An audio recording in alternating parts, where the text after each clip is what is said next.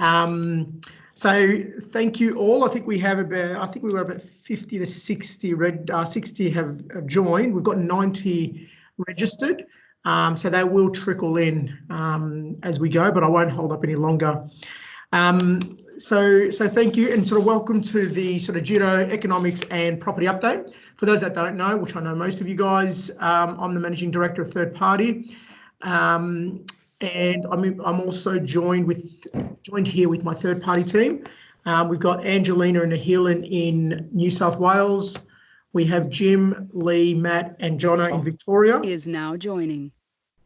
We have Bill, who will sort of host the Q&A, is in Queensland, and Latherson in broker support.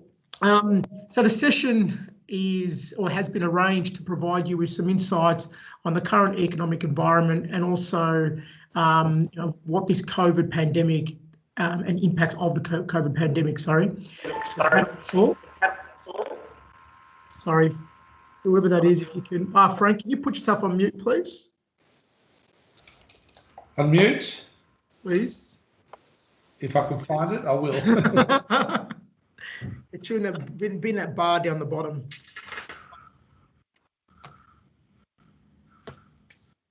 All right. Just getting a little bit of feedback, that's all. I would also like to, reaffirm that we are open for business to supporting our brokers and their customers during these unprecedented times. By way of an update, our lending book is at 1.5 billion at the moment, and we've got deposits of around the same. So since having our banking license, we've been able to raise some term deposits to balance the balance sheet and assist with our lending. And you'll also have seen recently, or the recent announcement from the government and their investment of 500 million into Judo. In terms of this session, the format will be a Q&A with our guest speakers, Hans Kuhnen and Greg Sugars. So please feel free to ask any questions by either using the chat box or get yourself off mute and ask them a question. As I said earlier, Bill Major from Queensland will be hosting and running the Q&A. So I'll hand over to Bill to get the questions going. Thanks, George. And thank you all very much for your time. We know it's trying times, and appreciate you giving up some time in your day. If I can just reiterate what George has said, first and foremost, I want to thank you all very much for your support. As George said, we've hit $1.5 billion in our loan book in the last couple of days. I think that was on last Friday. So coming from effectively a standing start back in May last year, receiving our banking license, we're very proud to hit that 1.5 billion, of which we wouldn't have achieved without broker support. So of that 1.5 billion, around 75% of that has been broker introduced. So by way of acknowledging, we all wanted to say thank you for that. Our value proposition hasn't changed at Judo, so very much all about the client, all about the character being the first form of assessment. So we're relationship focused. We want that speed to market. We want to differ from others, and I suppose not just open for business, but we're here to help. Without rabbiting on too much, because I can talk, it's my duty and pleasure to introduce Hans Kuhnen, who was the chief economist at the State Bank of New South Wales in the early 1990s, which obviously holds us in good stead. He's obviously got a wealth of experience, which is great. Not wanting to, I mean that as a nice compliment, Hans, rather than saying you're. It's great that you've been around for a long time. Following that, he hung the boots up for the first time in 2008, but was invited to become the chief economist at St George Bank for a one-year stint, which was actually later that became 5. Then hung the boots up again in 2017, but still wanted to have a run. So now writes and speaks on economics as principal and chief economist at Compass Economics. So welcome, Hans, and thank you as well for giving up your time. Thanks, Bill. Thanks for the intro. Yeah, this will be my fourth recession. And if you learn anything, we do get out of them. But as an economist, you've got to be a tad humble. Can't say I saw this coming. We talked about a grind for the year 2020. It's been a grind plus a grind down. You know your clients better than I do. You may not be into economics, but it affects all of us. So whether we like it or not, it's the cards we're dealt with is the broader economy, and we just want to think about today just how we get out and what it looks like. So I've got three topics I'll talk about for a minute each: recovery from the recession, business failures beyond the recession, sadly, and then the broader economic environment, like global recession. Things are moving fast. I doubt you've seen your ABS release today. You're missing out if you're not tapped into the ABS. They reported a 6% decline in employment. I didn't put a figure on that because it was so absolutely shocking. There's a 12 million workers. A decline of 6% is over 700,000 people have lost their jobs. 700,000.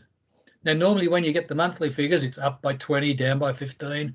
This is a pothole. This is a smack across the chops, and it hurts. And it's why we're seeing the response, therefore, from government. I think when they realised what a lockdown would do, they quickly got round to realising that maybe job seeker wasn't going to be enough, and they brought in that job keeper. So, Hans, can I jump in there really quickly? So Sure. There's often everyone talks about a V or a U or an L or even the Nike swoosh, which I love. Yeah. That's my favourite one. And look, it's a general question. I thought it might be a nice one to start off. I mean, what do you think the recovery is going to look like once I suppose this lockdown is lifted? And can you explain some rationale to that as well? Sure. Look, the extent of the longer the lockdown, the more it hurts. Like if we're still sitting here in 2 years' time, we've got an L-shaped recovery. Like it's Mad Max. It's awful, like business, but it's not going that way. It's not, hey, things will be great by Christmas and we will have forgotten about it. It's more the U-shape, and the length of the U depends on how quickly they get a health solution, and then they can start lifting the lockdown and we can get back to business. And it's not all going to happen at once, because there's some things you don't want happening, like rave parties, weddings with 500 people and everybody hugging and kissing. So, those sorts of things will be slower. There'll be a slow release and a gentle, if that's possible, a gentle upturn. Why an upturn? Because the government is putting in heaps of money to make sure there is a bounce and not a dead cat bounce, that we do actually get through this. They talked about getting across the bridge, getting across the canyon, and they're already putting in place a team of people that's called the COVID-19 National Commission, looking at policies that will help businesses grow. I gave a similar talk last week, and I was talking about, look, face the facts, company tax isn't going to fall, there's going to be debt levies, there's going to be all sorts of added imposts on people to pay for the debt. Well, that'll be pre-COVID-19 trading levels though, right? So I mean, and I'm not holding you to it, but what sort of time frame do you think that's going to be, Hans? Well, the government has given us 6 months of super assistance, and I don't think it'll go beyond 6 months. I think a bit like New Zealand and America, the brakes will come off, allowing us to move forward, probably by the end of April. Yeah, what are we in? We're in April, maybe 4 weeks' time on the health issue. So that's when it starts. But they don't just let it go.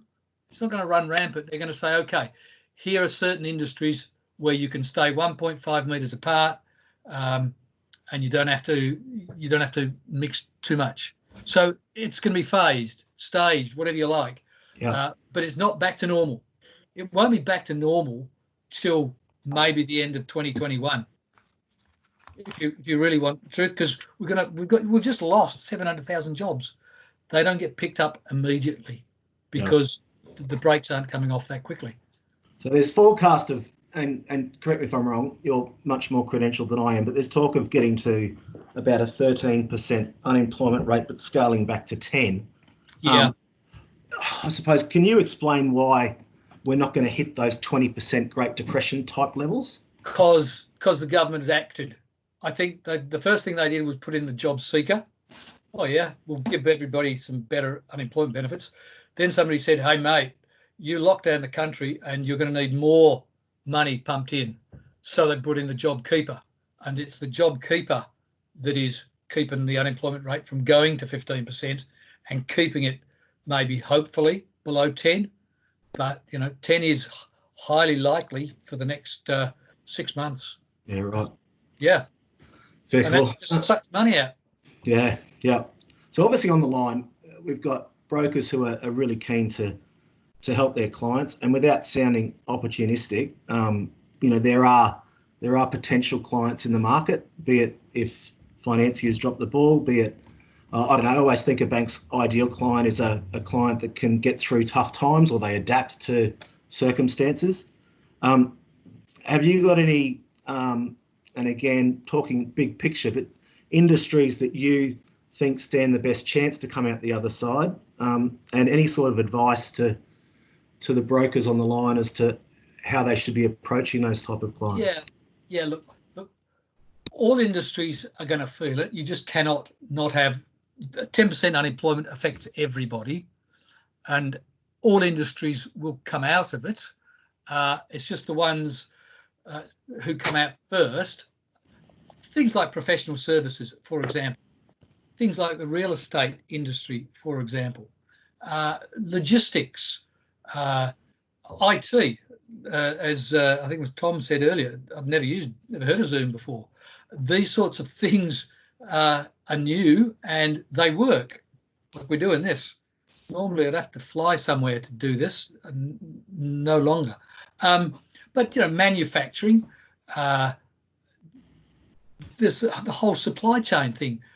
Are people going to change their suppliers, diversify them? Well, why not? So there could be new work for manufacturing. So, do you think that'll be onshore? Do you think Australians will need the manufacturing capability? I just don't think we can make tea towels and plastic bags. Well, maybe we can make plastic bags. There's some things we just can't make. We can make, but we can't compete. Yeah, right. But anybody who's been through this is going to say, hey, look, we used to get all our stuff from Korea or China or Japan. Maybe we need to get 15% local, just as a backup. So there'll be those with capacity need to start tapping into the big businesses and say, look, I know you get all your paper bags or your plastic bags or your widgets and your pens from there. Well, we can do it. We're far more flexible. We're better quality. Why not diversify? Yeah. But that's a business by business proposition.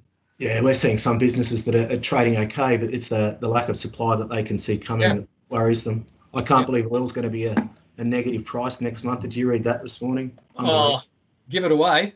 Yeah, not in my suburb. No.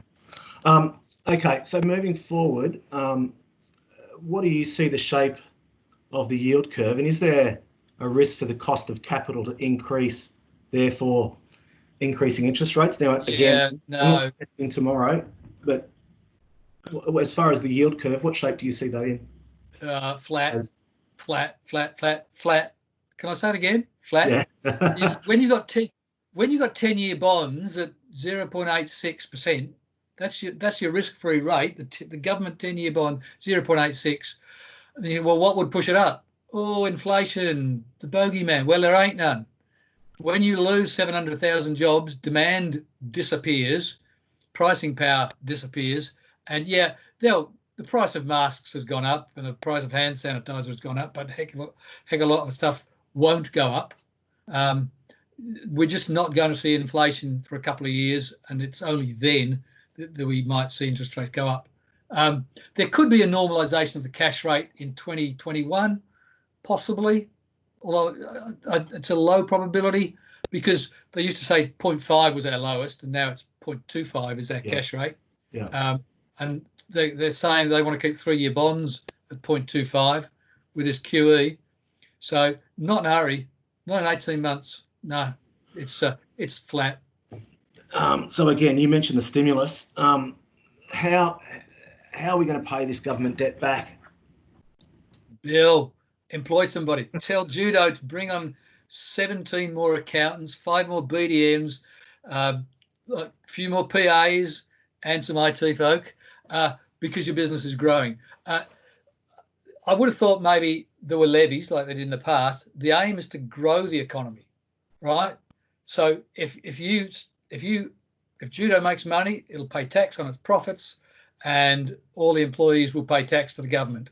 If we can grow business, get rid of the rubbish that stops us from expanding, make planning processes, say for property, a lot easier, a lot more efficient, we can grow the economy. And the government has said, look, we're prepared to pay for this, to get it going. The government believes it's our job, private industry, to grow, invest and employ. And if you have that happening, you then get the tax funds to pay off the debt.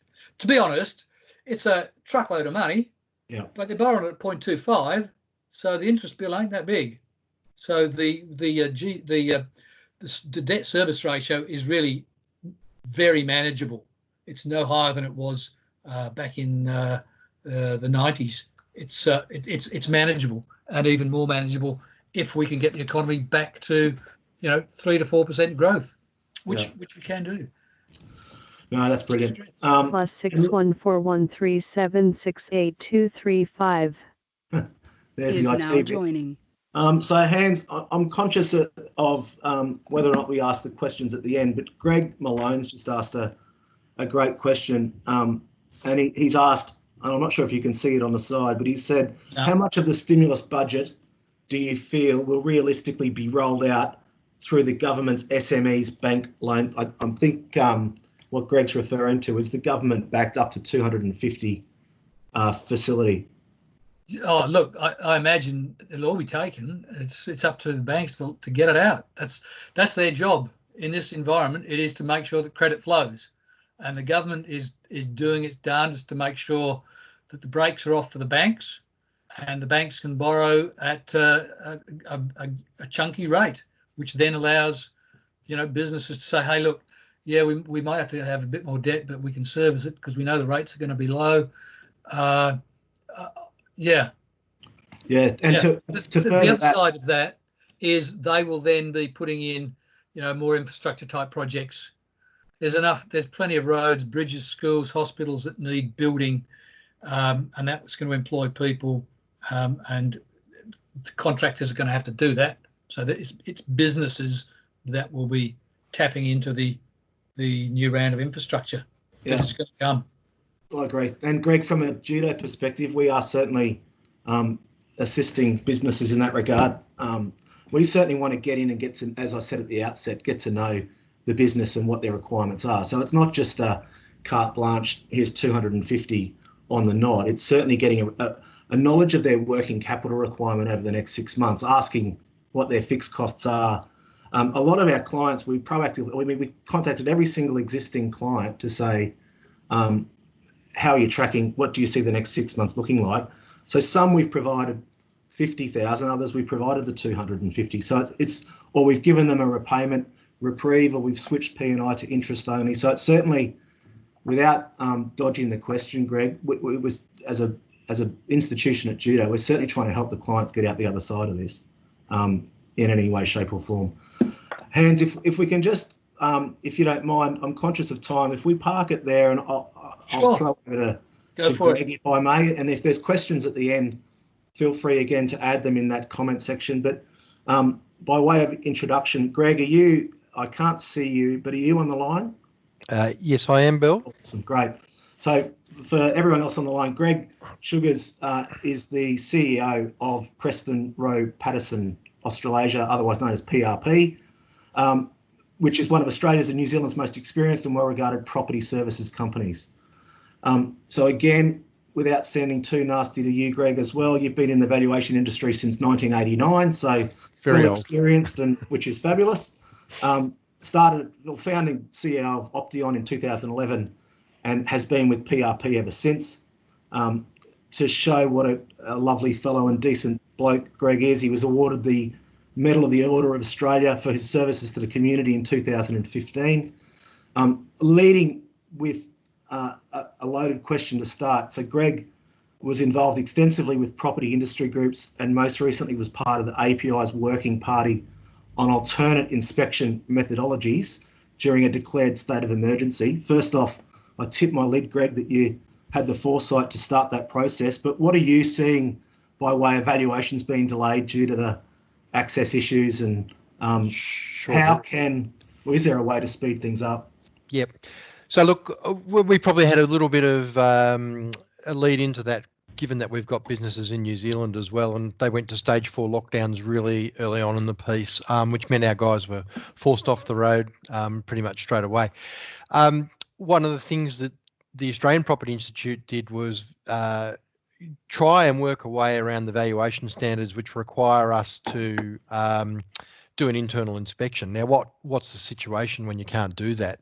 I think I think 29th of March, the API declared a state of emergency and said, okay, there are alternate ways to do it. And then the banks and lenders had to get their minds around what that looked like from a credit point of view to them. Hats off to Judo, one of the first banks in Australia to actually get their heads around it and say, look, we get this. We know that this is going to speed the pipeline up. So we need to be part of it. And they signed off on it, I think, 2 days after it was issued, which was amazing. So at that time, we were seeing about 10 to 20% of instructions were being delayed. Obviously, at that stage, we're talking now just over a month ago, 3 weeks ago, there was a lot of people in isolation returning from travel. We had people who had symptoms. We had people who didn't want a stranger in their property one way or the other. So, we had to find a way around it. And I put that in a bit of context by sort of referring to where we are in northern Tasmania at the moment, northwest Tasmania, where we've got about 50% of our jobs are being delayed at the moment because we can't get in. So what do? We had to find another way. So obviously, the preferable way of doing it, get in, do an internal inspection. But the alternate way we've managed to do it is that we've getting the valuers to do an external inspection, do the measure up of the building, be it commercial, industrial, retail or residential. And we are then using a smart technology app, which we've developed in record time with one of our technology partners to walk the applicants or the owners or the tenants through an internal inspection process, taking photographs. It's all geocoded, so we know they're at the right property and not taking photos of someone else's wonderful property. It's helping us get through. So the delays that were in the system maybe 3 or 4 weeks ago are pretty much should nearly all be out of the system at the moment, and the pipeline should be running pretty closely. What the brokers can do for us is to pre-warn their applicants. If say they're an investor, they can have a discussion with their tenants or their property managers nice and early on in the piece and say, hey, listen, if we're going to give you rent relief on your shop rent or whatever it is, we have to do a bit of refinancing. We need you to participate in the inspection process for us. Because again, there's nothing forcing tenants to do it. So it's about pre-positioning that conversation. Obviously, if it's a purchase, the vendors will want to get it done, so they're pretty motivated. And obviously for a refinance, we need to make sure that that everyone's just understands what we're doing so that they will do it. So it's kind of a conversation up front. Unknown participant is now exiting. It's actually really surprising. It must be boring. No. I think it's really one of the people joining and leaving is having trouble listening. So as in not listening, sorry, hearing. One of the things that we really always are surprised at is that when we ring up to make an appointment, still the majority of people don't know why we're coming because that conversation's never been had. So it's more important than ever. No, excellent. And look, not wanting to hold you to anything here, but I mean, the question that we hear a lot as bankers and frontline bankers is, particularly when it comes to commercial property, but if you could touch on resi as well, that'd be great. But any particular parts of the market that you see that will be more affected than others? Yeah, great question. And yep, as I said to George, if he let me bring my crystal ball, I could tell him what it looked like in a year, but it's not going to happen. But here's my take on things. The residential markets have been going along really strongly, and I'll come back and touch on those in a minute. But if we're talking in a commercial sense, the biggest sector that's going to be affected, well, there's two sectors really. Obviously, the retail sectors, it's really going to be substantially affected, and it depends on how long this goes on for. And I'll walk through some of the complications there, and then obviously anything to do with the tourism and hospitality sectors as well. When I talk about parts of the market that get affected, I'll talk about not only sectors of the market as in property types, but then also we've got to talk about the geography of where things are. So for example, if we are looking at a property in Cairns or the Gold Coast, where hospitality and tourism is the number one trade, then obviously that's going to be more severely affected than in a sector in a town where the retail strips are there's still a fair few traders moving forward, able to trade and things like that. Whereas whole economies can be affected by the downturn in tourism. If we go back pre-COVID, the latest stats are showing 12% of all retail goods are bought online. Okay, so we've got sorry, that was one of my team trying to ring in. I'm on Teams as well. That they're already being bought online. So what this COVID-19 is probably, as I explained earlier on, people like my wife who've never been online and bought anything online have all of a sudden discovered a whole new world. Scary, and it gets really scary because I was thinking I was going to save some money this month, but anyway.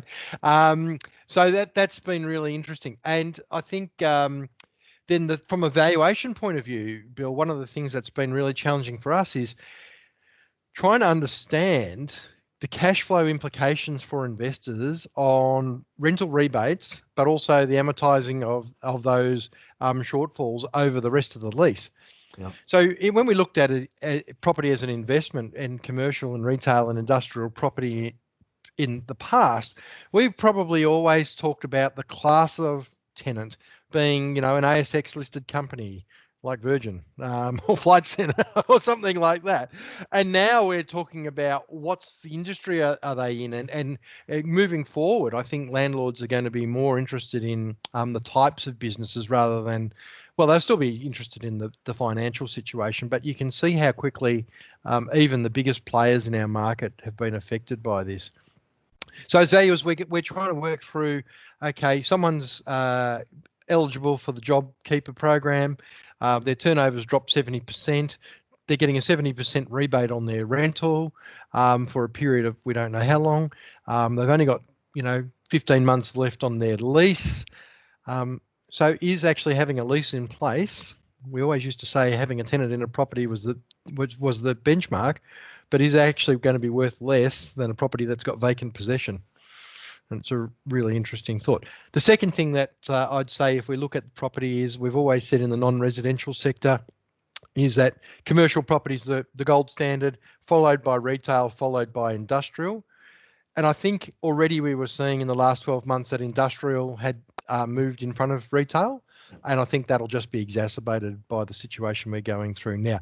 Distribution, goods moving through distribution centres and transport hubs is only increasing. There very well may be, and we sort of threw this around this morning, Hans and I, about whether on the reverse side of this, the government tries to stimulate more manufacturing back into localised manufacturing by giving tax depreciation breaks on that type of property, because they've done it before to try and stimulate that type of property type. So they're the things that we're looking at. If I look at other sectors of the market, so our agricultural guys, our rural guys, we've got a very big rural team. They're saying the market for food security, the market in ag is really strong at the moment, and things that would go on the market that might take 6 months to sell are selling in 2 and 3 week periods. So there are some upsides as well. Anything to do with, if we look back in time, when the mining came off, and we looked at those parts of Australia that were really severely affected by that, they were already, well behind the 8 ball, and I think that will continue It just really depends on the unemployment rate. So in the resi sense, the bottom end, there's been pent-up demand there, so it's okay at the moment. But if more people lose their jobs, then that's going to come under pressure. The prestige residential, the trophy properties, they're going to always sell because people are not always relying on borrowed money or anything like that. But the aspirational belt, where people have probably got small businesses and they've homes are their security, well, there might be a bit of movement there. And we probably see, certainly at the moment, indications are on the East Coast, that's come off probably 5% already. It could go to 10% relatively quickly. Okay, no, that's great. And look, it's a really good answer. And I suppose following that, I put my banker and broker hat on, and I hear where you're coming from, that it's more about the tenant rather than whale or rather than set LVR, because we can see yield curves are going to change radically. Yeah, short term. And again, a loaded question, but we're starting to see valuations come back, particularly in the last month or so, that uses this term material market uncertainty. Yep. So I suppose number one, if you can dumb that down for us, how that term has come about, and what does it mean, and from a banking or lending or a broker perspective, how we can address it. Sure. So to make it really simple, about 10 years ago, what was a valuation or an appraisal, depending on what country, there were all different definitions.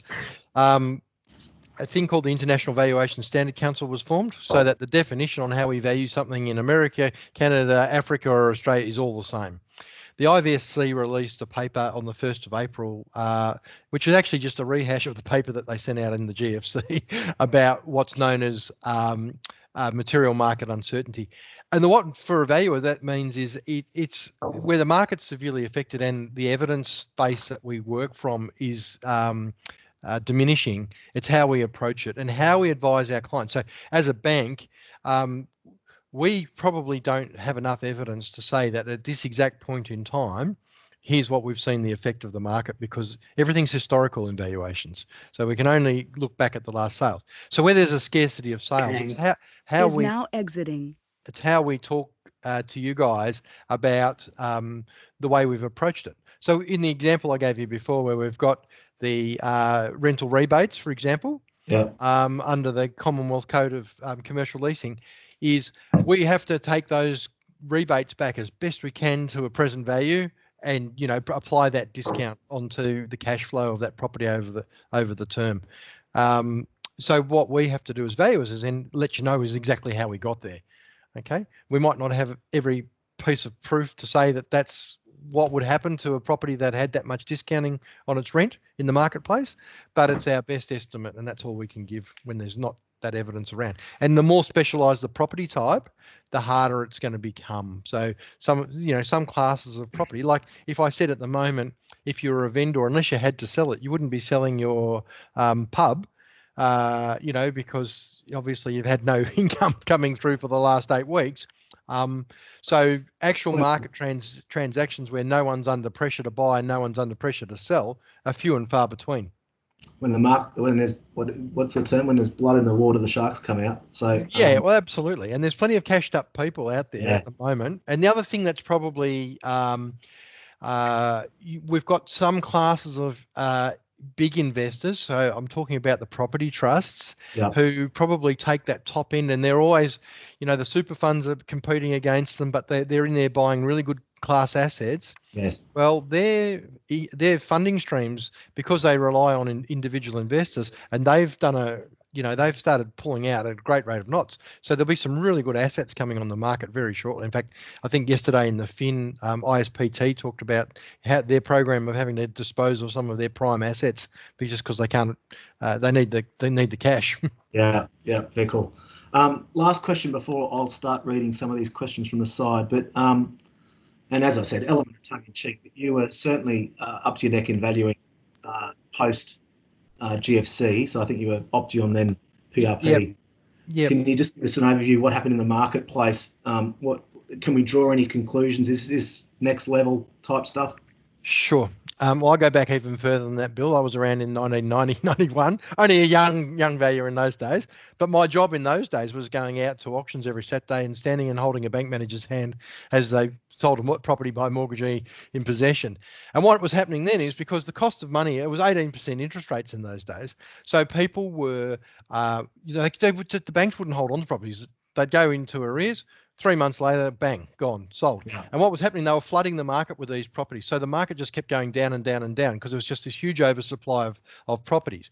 And back in those days, we had 10.8% unemployment and 30% increase in bankruptcies and all the other wonderful things that were going on. So we don't have that problem now because the cost of hanging on to something for a bank is one thing that they're not really going to move that fast. The second thing that comes in is that they've just had that Royal Commission, and so they weren't going to do it anyway. So they're already hanging on to things for a couple of years before they think. So that won't flood the market. So that'll be one of the big differences this time. The other thing, if you talk about the GFC, of course, the big issue there was liquidity of the banks worldwide and the banking practices. And of course, we've had APRA, really making sure that the new entrants into the banking market, like Judo, have all the systems and processes in place to make sure that this doesn't ever happen again. So again, there is money around at the moment, so people can refinance. Back in the GFC, people couldn't refinance because no one had their lending book open whatsoever. It was different, wasn't it? GFC was pretty much brought on by the banks rather than this is a health yeah. crisis that's leading to. Oh, look, without getting deep and meaningful, banks have got a great opportunity to turn, perception / reputation around. So, look, really appreciate that, Greg and Hans. There are a couple of questions, and we do have a bit of time. So, if you don't mind, I'm just scrolling through. Question from Tom McGee. So thanks, Tom. And this is a question for Hans. What's your view of consumer and business confidence for the shape of the U recovery? I do prefer that Nike swoosh. China's data for consumer confidence last week was not initially positive. Could Australia be different? So I'll slow down. I'll ask that again, and I won't say a joke in the middle. What's your view of consumer and business confidence for the shape of the U recovery? And Tom citing China's data for consumer confidence last week was not initially positive. It's probably the first time ever. Could Australia be different? Look, we saw from the Westpac survey, and then for consumers, it was we're shot. We're nervous. We're buying toilet rolls, for crying out loud. Our confidence is down. We've lost our jobs. Our kids have lost their jobs. It's going to take solid leadership and good policy to turn that confidence around. But I think we all know that it'll end. And we've seen New Zealand let the brakes off. China's let the brakes off. And we'll get out of this. And in terms of timing, as I said again, phased, 6 months. We'll pick ourselves up off the floor within 6 months, but we'll still be left with 8% unemployment. And that is always a dampener on consumer sentiment. You're worried about keeping your job, and that just slows spending. So just the fact that the unemployment rate is still high will dampen confidence. But the fact that, got unemployment rate of 10%, there's 90% still getting wages. Yes. Still doing business. We're not down and out. A fair amount of stimulus out there for the economy. And for the others, yeah. So I think when we can start getting out a little bit, confidence will come back. And then I'm sure policies are going to be announced that will excite businesses and make people see, hey, look, we've got through the health crisis. I'm not going to die. That's a big tick for your confidence, but then we can start getting out and spending, and more people are going to feel happy. I'm not saying that consumer sentiment is going to bounce right back to the average levels, but it's going to come up from the pits that it's in now. But it could take 6 months. Yeah. No, thank you for that. Another one for you, Greg, and this is from Glenn. So thanks, Glenn. he asked, will rental rebates carry over to future property purchases? And I suppose if so, what's the impact on the passing rent or yield for the new buyer? Yeah, that's a really good question, and it's one that any potential purchaser of any type of property that's leased will have to take into consideration, because the lease, in most cases, will stay with the property during a transaction. So the vendor will sell it subject to the lease being in place to the purchaser, which is why the tenant always has rental surety. So what we call the face rent, what you can in most states, not Victoria, but in most states you can search a lease, which is attached to the title, will show what the rent is, what the increases are, and the term of the lease. But what it won't show is what arrangements have been made during this crisis, and whether there is rental arrears that have been amortised over the rest of the lease, whether there's been rent forgiveness, all those type of things, and what that period looks like. So it'd be really important that the due diligence on a purchaser's point of view covers that off. We're just in the middle of developing a questionnaire at the moment as we do our evaluations, which goes to both the tenant and the landlord, so we can try and match the information up. One of the things we're already seeing, which is just amazing, but having been around through 2 of these before, we're already seeing a bit of fraud.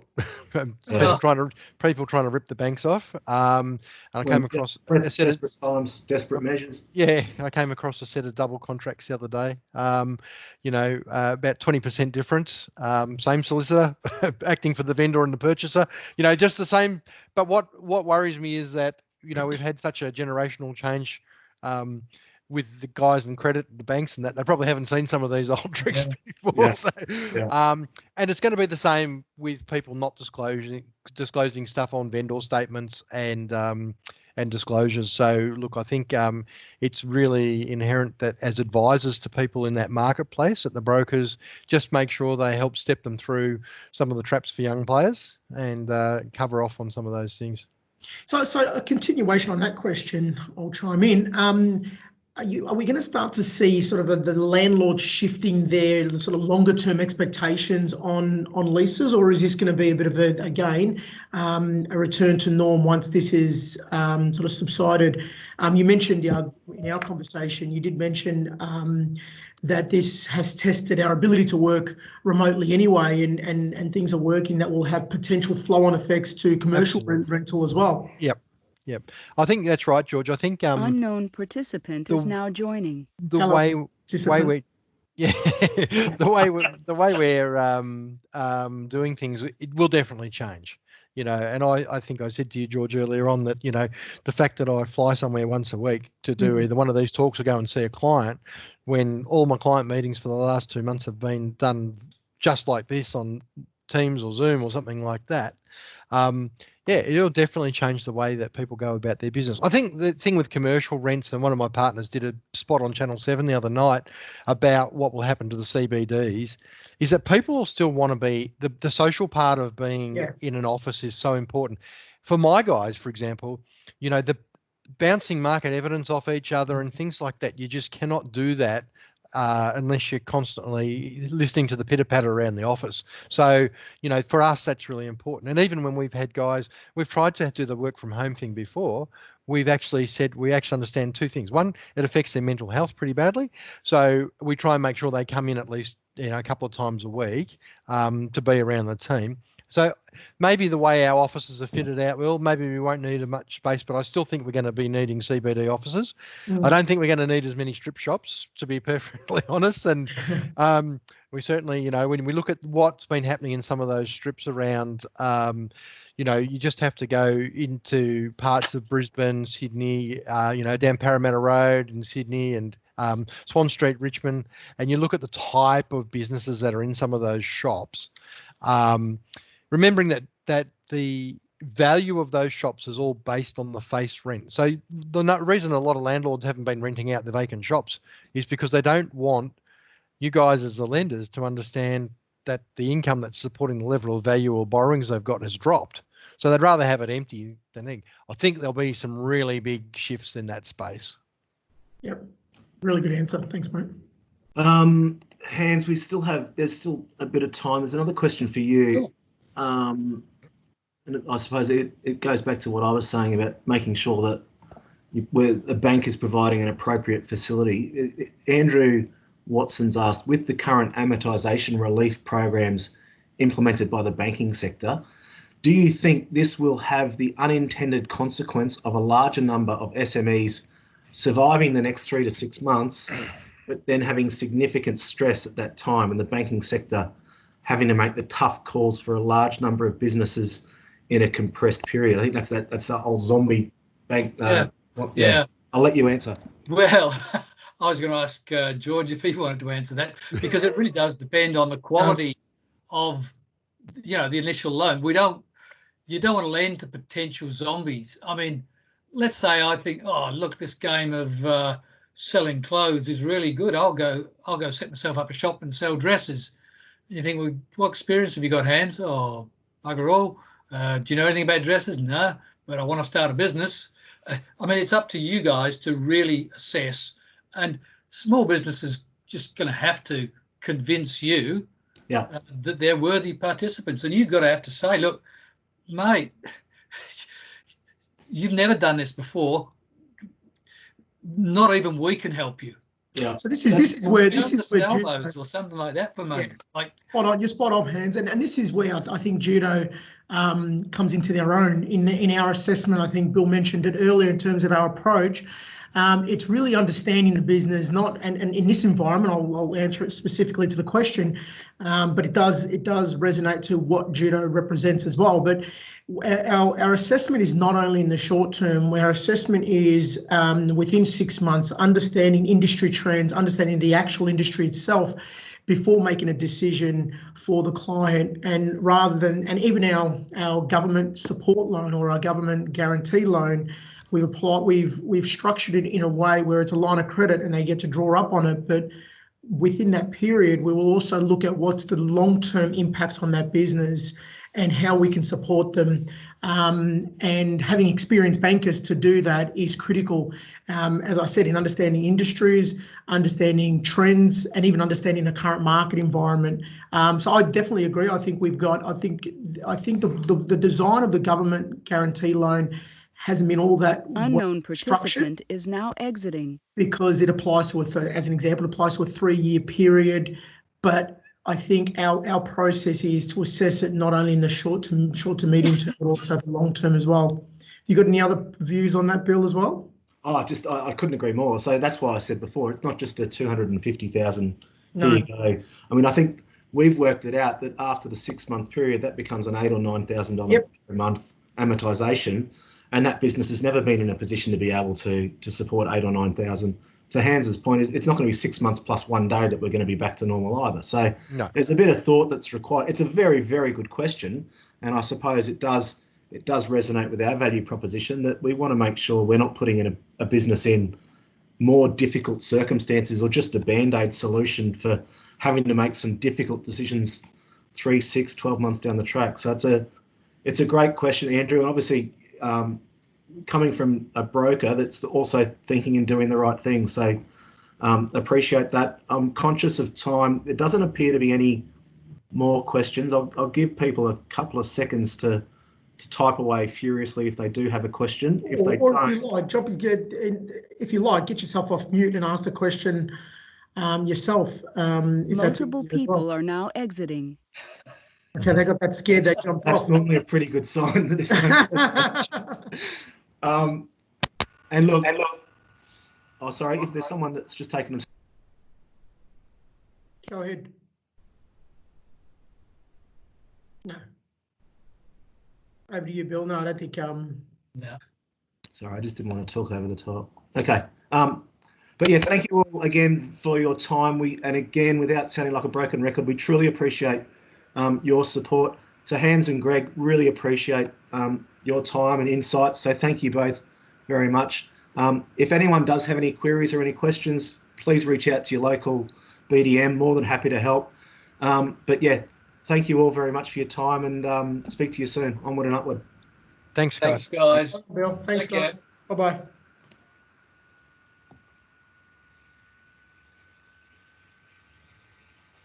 Multiple people are now exiting. Multiple people are now exiting.